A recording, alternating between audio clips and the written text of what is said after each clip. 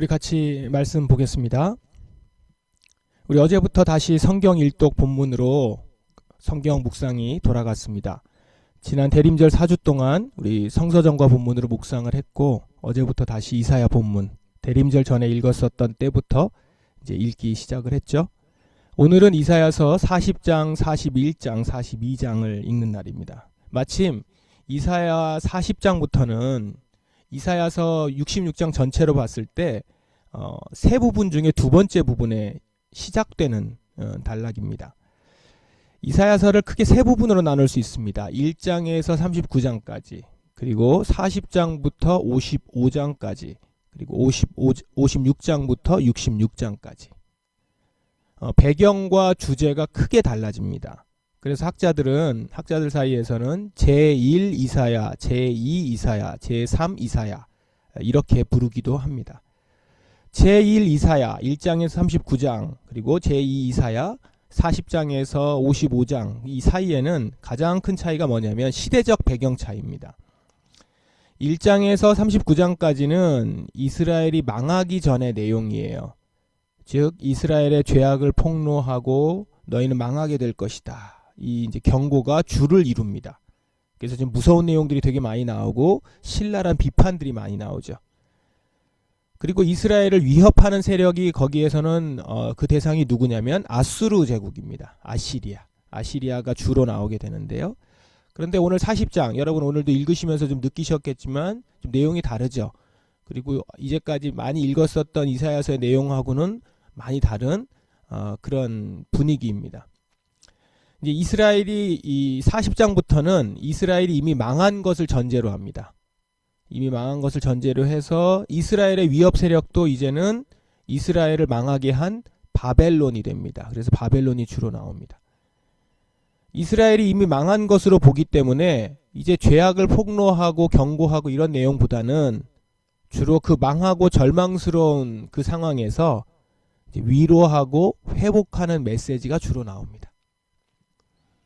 사실 1에서 39장에서도 종종 하나님의 회복 메시지가 나왔었죠. 멸망의 예언 그 뒷부분에 보면은 그렇게 망하고 난 후에 하나님의 기름 부은 자를 통해서 다시 회복될 것이다, 이 메시지가 이렇게 반복적으로 종종 나오기는 했습니다. 40장에서 55장에서는 이 다시 회복할 부분에 대해서가 이제 집중적으로 나온다고 보시면 되겠습니다. 그렇겠죠? 이미 망하고 완전히 다 깨어진, 그래서 지금 정신이 번쩍 들었던 사람들한테 너희는 망하게 될 것이다 라든가, 그러니까 너희는 망한 것이다 라든가 이렇게 하지는 않는다는 것이죠. 그래서 한편으로는 제1 이사야의 회복 메시지 있죠. 제1 이사야에서 나왔던 그 회복의 메시지가 아주 본격적으로 다뤄지는 부분이다, 이렇게 생각하면 되겠습니다. 여러분이 읽어보시다 보면 그 이사야서에서 이제 성도들이 많이 위로를 받았던 성경 구절들이 있어요. 이사야서의 내용에. 그게 대부분 다 이제 제2 이사야 부분에서 많이 포함되었다라는 걸 알 수 있습니다. 오늘도 여러분 조금 익숙한 구절들이 되게 많죠. 성도들이 좋아하는 그런 구절들이 많습니다. 그만큼 위로와 격려, 믿음을 굳건하게 해주는 구절들이 많이 나온다라는 겁니다. 마침 우리가 연말 연시를 맞이해서 다시금 주님 앞에서 우리 자신을 가다듬고 또 돌아보면서 뭐 반성도 하고 후회도 하고 이러는 즈음에 주님이 우리에게 다시금 새 힘을 북돋아 주시고 말씀 안에서 힘을 얻도록 하시는 그런 아주 적절한 말씀으로 우리에게 허락하신 것 같아서 너무 감사합니다. 오늘 우리 함께 읽었던 이 40장은요, 제2 이사야 부분의 서론에 해당하는 부분입니다. 그래서 제2 이사야의 전반적인 분위기를 보여주는 장이다 라고 할 수 있습니다. 40장을 한번 보십시다. 1, 2절을 보시면 너희 하나님이 말씀하신다. 위로하여라. 내 백성을 위로하여라. 예루살렘 백성에게 친절하게 말하여라.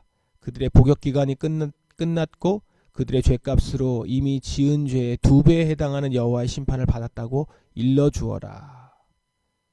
1절의 어조는 이제까지 심판을 말씀하셨던 하나님의 어조가 아니죠.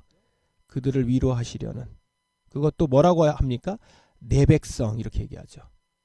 저 죄지은 백성, 그런 게 아니라 내 백성. 이 내 백성이라는 표현을 쓰시면서 위로하십니다. 이제 심판이 끝났으니 회복될 것임을 천명하는 말씀이죠. 이 내용을 딱 접하는 순간 하나님이 이제껏 말씀하셨던 신랄한 비판과 그 무서운 말씀들, 그리고 그걸 정말 행하셨던 징계가 멸망이 목적이 아니라 구속이 목적이었다라는 것을 알 수 있습니다. 사망이 아니라 생명이 목적이었다라는 거죠. 무엇보다 그들이 징계를 받았지만 여전히 하나님의 백성, 내 백성, 이것은 달라지지 않았다라는 겁니다. 이게 중요하죠. 하나님은 징계하실 때도 내 백성입니다. 하나님에게 이스라엘은 아무리 못된 망아지처럼 굴어도 당신의 사랑하는 백성인 거죠. 그냥 아픈 백성인 거죠. 하나님의 마음을 아프게 하는, 하나님이 아파하는 그런 백성이었던 겁니다. 그래서 이제 3절, 어떤 사람이 외친다. 광야에서 여호와의 길을 준비하여라. 메마른 땅에서 우리 하나님의 길을 곧게 하여라. 모든 골짜기가 높아지고 모든 산이 낮아진다. 거친 땅이 평탄하게 되고 험한 땅이 광야가 된다. 평화가 된다. 이제 백성들이 할 수 있는 한 가지 일은 왕이 오실 길을 준비하는 겁니다. 백성들은 아직 왕을 보지 못했습니다. 그러나 왕이 오고 있음을 담대히 믿으라 라는 겁니다. 아직 왕을 보지는 못했습니다. 그러나 담대히 믿으라. 우리는 이 장면을 신약복음서에서 많이 보아서 익숙하죠. 바로 세례 요한이 광야에서 주의 길을 준비하면서 외쳤죠. 복음서 기자는 세례 요한이 했던 일을 바로 이사야서에서 나온 주님의 길을 예비하는 이 일이었음을 그리고 있는 것입니다. 그러니까 이제 곧 회복의 길이 시작된다라는 걸 알렸다라는 것이죠. 그분을 보면서 모든 사람은 풀과 같고 모든 아름다운 들의 꽃과 같이 유한하다는 사실. 그것도 이 세상은 너무 빠르게 시드는 유한한 존재라는 걸 이제 절실히 느낍니다. 영원한 하나님 말씀 앞에서 이 세상의 모든 것은 유한하고 한시적이다. 짧게는 한번 지난 25년을 한번 돌아보십시오. 얼마나 빠르게 지나갔습니까?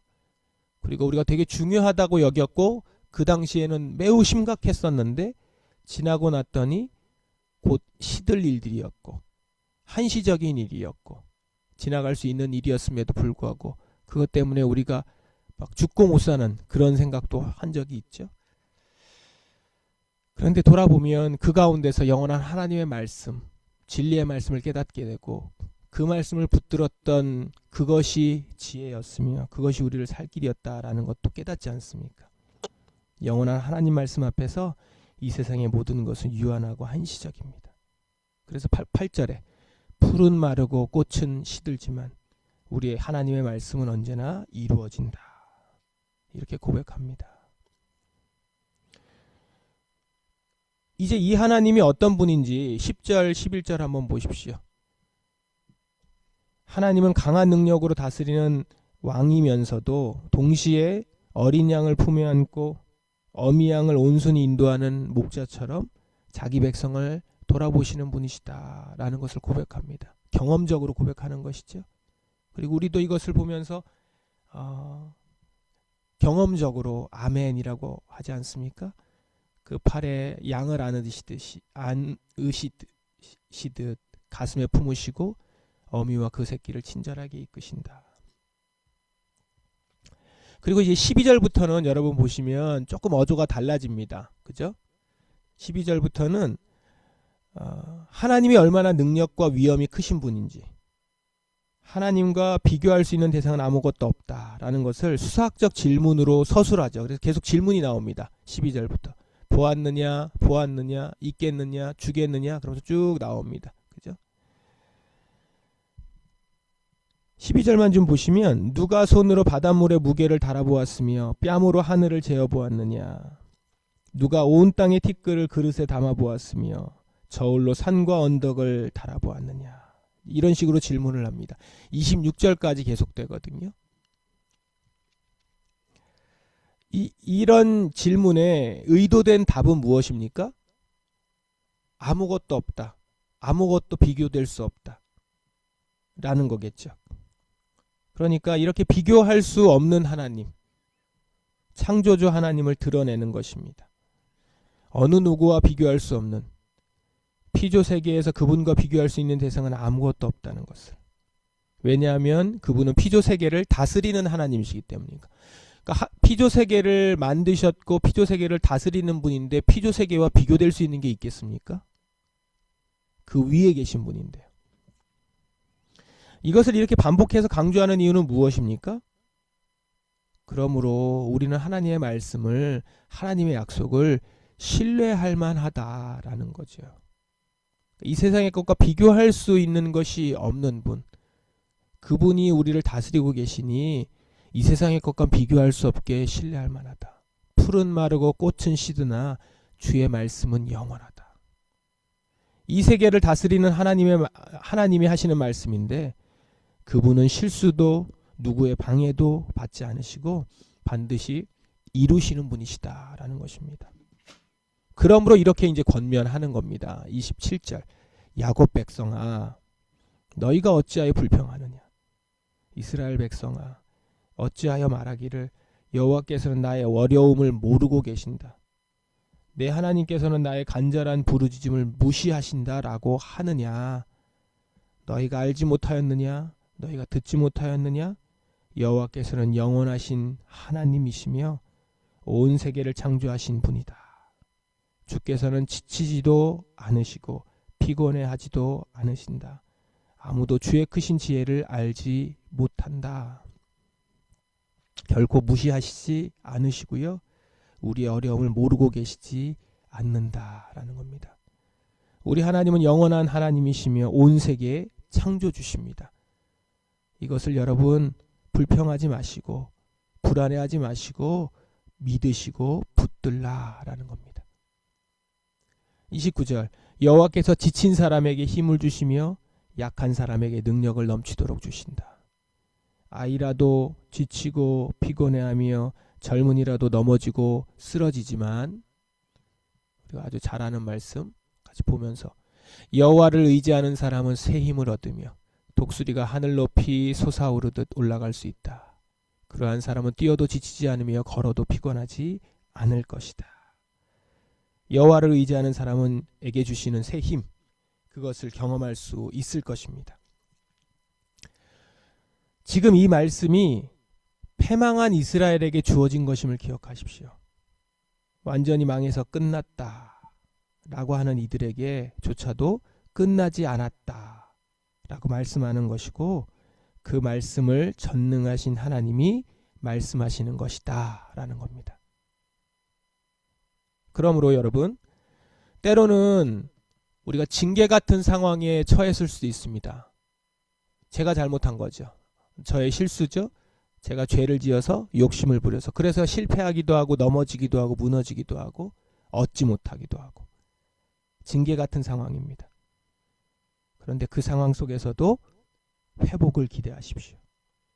하나님은 채찍을 드시지만 멸망이 아니라 회복과 위로를 목표로 하신다는 걸 기억하고, 문제를 하나님의 징계와 사랑의 손길로 해석하면서 다시 주께 온전히 돌아오는 우리가 되어야 할 줄 믿습니다. 우리를 사랑하시기 때문에 채찍을 드신다는 것. 우리가 지금 그것 때문에 많이 아프면 하나님이 나를 사랑하시니까 이렇게 아픔을 주시는구나 라는 것을 아는 것이 지혜입니다. 징계로 인한 고난은 버림받음이 아니라 다시 세우시는 과정임을 믿고 상황보다 언약의 근거에서 하나님께 나아가야 합니다. 세상의 것들은 풀과 같이 시들지만 주의 말씀은 영원함을 믿고 말씀을 의지하십시오. 주의 말씀이 우리에게 적용되기에는 멀리 있어 보일 때도 있지만 사실은 그 말씀만이 끝까지 남는 진리임을 깨닫고 말씀을 붙드는 우리가 되기를 바랍니다. 인간적인 잔꾀나 내 얕은 생각에 매몰되지 마시고 진리의 말씀을 붙드십시오. 그것이 지혜입니다. 그래서 언제나 하나님을 깊이 묵상하십시오. 여기서 방점은 하나님입니다. 하나님을 깊이 묵상하십시오. 문제가 있고 어려움이 있을 때 문제를 놓고 이게 얼마나 큰 문제인가, 이걸 어떻게 해결해야 될까가 아니라 그때 하나님을 묵상하십시오. 오늘 이사야서에 보면 하나님이 누구신지를 계속 얘기하잖아요. 내가 누구냐, 내가 누구냐. 하나님을 묵상하는 것이 지혜입니다. 우리 하나님이 얼마나 크신 하나님인가. 그것을 묵상할 때 말씀이 시들지 않고 내게 역사하게 될 것임을 확신하게 될 것입니다. 그리고 흔들리지 않는 믿음으로 믿음의 자리에 서 있게 될 것입니다. 그렇게 오늘도 여호와를 의지하며 여호와를 앙망하며 새 힘을 얻고 독수리가 하늘 높이 솟아오르듯 다시 일어나 올라가는 여러분들 되시기를 주님의 이름으로 축원합니다. 기도하겠습니다.